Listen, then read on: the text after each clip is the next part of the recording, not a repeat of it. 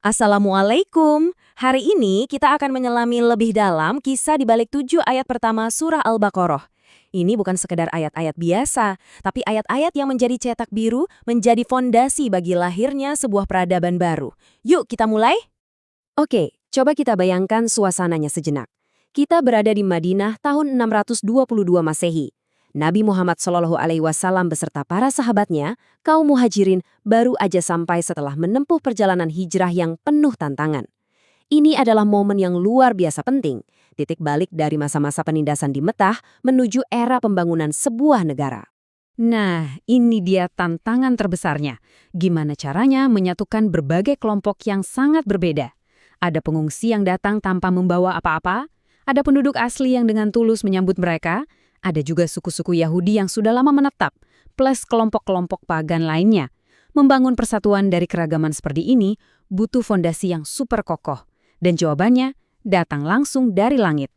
Sebelum kita bedah ayatnya, penting banget buat kita untuk kenal dulu siapa saja pemain yang ada di Madinah pada waktu itu.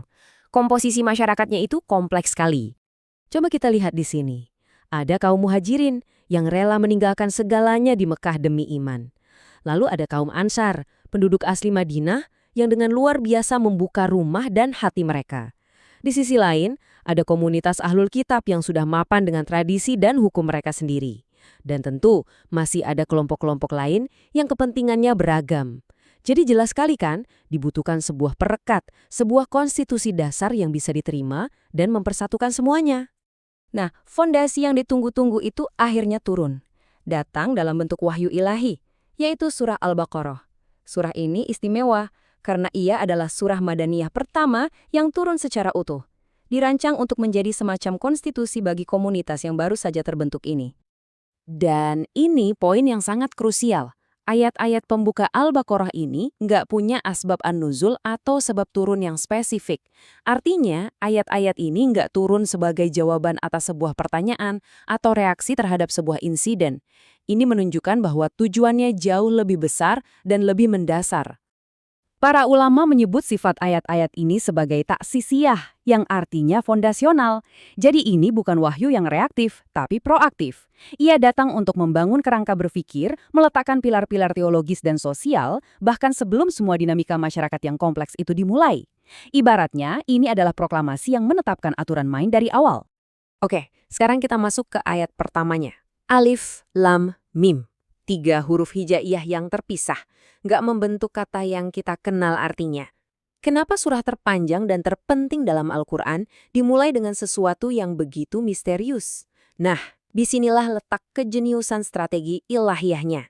Pembukaan misterius ini punya beberapa fungsi yang luar biasa. Pertama, ini adalah tanbih, semacam lonceng yang membangunkan kesadaran kita, memberi sinyal bahwa sesuatu yang sangat agung akan disampaikan.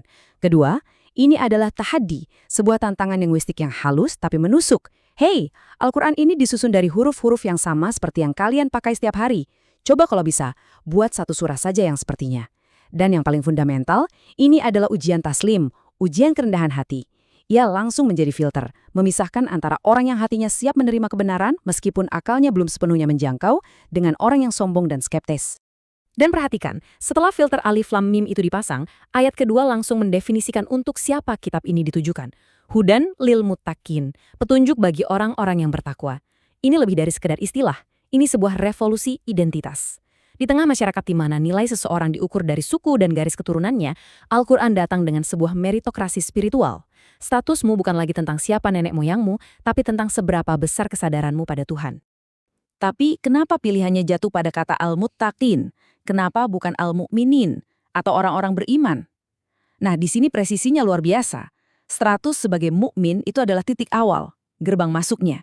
Sedangkan muttaqi itu adalah sebuah proses yang aktif, sebuah kata kerja. Ini merujuk pada mereka yang tidak hanya percaya, tapi secara sadar dan terus-menerus menjadikan imannya sebagai perisai dalam hidup. Jadi, petunjuk ini ditujukan bagi mereka yang siap untuk bertumbuh, yang mau mengubah keyakinan menjadi sebuah tindakan nyata. Lalu, seperti apa sih profil seorang muttaqi itu? Ayat-ayat berikutnya langsung memberikan kita cetak birunya, sangat jelas dan praktis. Ada 5 pilar utama. Pertama, fondasi dasarnya adalah iman pada yang gaib. Kedua, menjaga koneksi vertikal dengan Tuhan melalui sholat. Ketiga, menunjukkan kepedulian sosial, koneksi horizontal melalui infak. Keempat, punya wawasan sejarah wahyu dengan beriman pada semua kitab suci sebelumnya. Dan kelima, punya kepastian akan tujuan akhir hidup, yaitu keyakinan pada hari akhir. Inilah standar baru itu, sebuah standar yang terbuka dan bisa dicapai oleh siapa saja, dari suku manapun. Oke, sekarang ayo kita tarik kembali ke gambaran besarnya. Dengan turunnya ayat-ayat ini, bagaimana dampaknya secara langsung dalam membentuk dan memetakan ulang masyarakat Madinah? Dampaknya terasa di semua lini. Secara teologis, Al-Quran langsung diproklamasikan sebagai Alkitab, konstitusi tertinggi. Secara etis, standar kesalehan menjadi jelas, terukur, dan universal. Nah, secara sosial politik, peta masyarakat digambar ulang total.